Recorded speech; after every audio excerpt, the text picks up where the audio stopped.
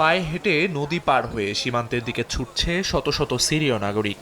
ক্ষমতাচ্যুত বাশার আল আসাদের সমর্থকদের সঙ্গে সরকারি বাহিনীর মধ্যকার সহিংসতা থেকে বাঁচতে লেবাননে পাড়ি জমাচ্ছেন তারা। সীমান্ত পেরিয়ে অন্তত ৩৫০ পরিবার এরই মধ্যে লেবাননে আশ্রয় নিয়েছে বলে জানিয়েছে দেশটির স্থানীয় প্রশাসন।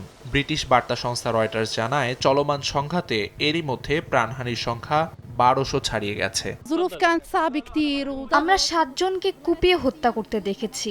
নারী শিশু সহ সবাইকে নির্বিচারে হত্যা করা হয়েছে। ৩ দিন ধরে ঘরের বাইরে যেতে পারিনি, জানালার পর্দা পর্যন্ত সরাইনি। রাতভর গুলির শব্দ শুনেছি, খুব ভয়ে আছি।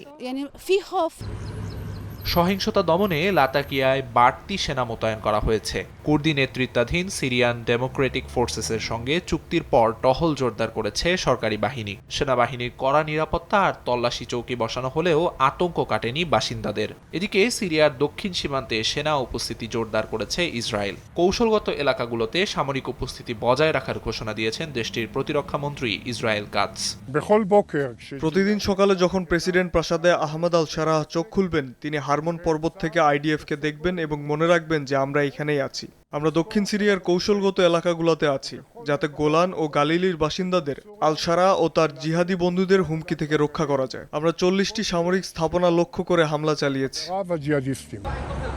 গত বৃহস্পতিবার সিরিয়ার উত্তর পশ্চিমাঞ্চলের উপকূলীয় শহর লাতাকিয়া ও তারতুসে একযোগে হামলা শুরু করে ক্ষমতাচ্যুত বাশার আল আসাদ পন্থীরা। শহর দুটি বাশার সরকারের শক্তিশালী ঘাঁটি হিসেবে পরিচিত। সরকারের নিরাপত্তা বাহিনী ব্যাপক শক্তি নিয়ে পাল্টা হামলা শুরু করলে পরিস্থিতি ভয়াবহ আকার ধারণ করে।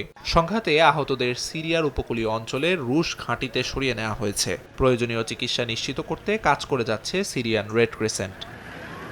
আমিরুল ইসলাম আলিফ, সময় সংবাদ।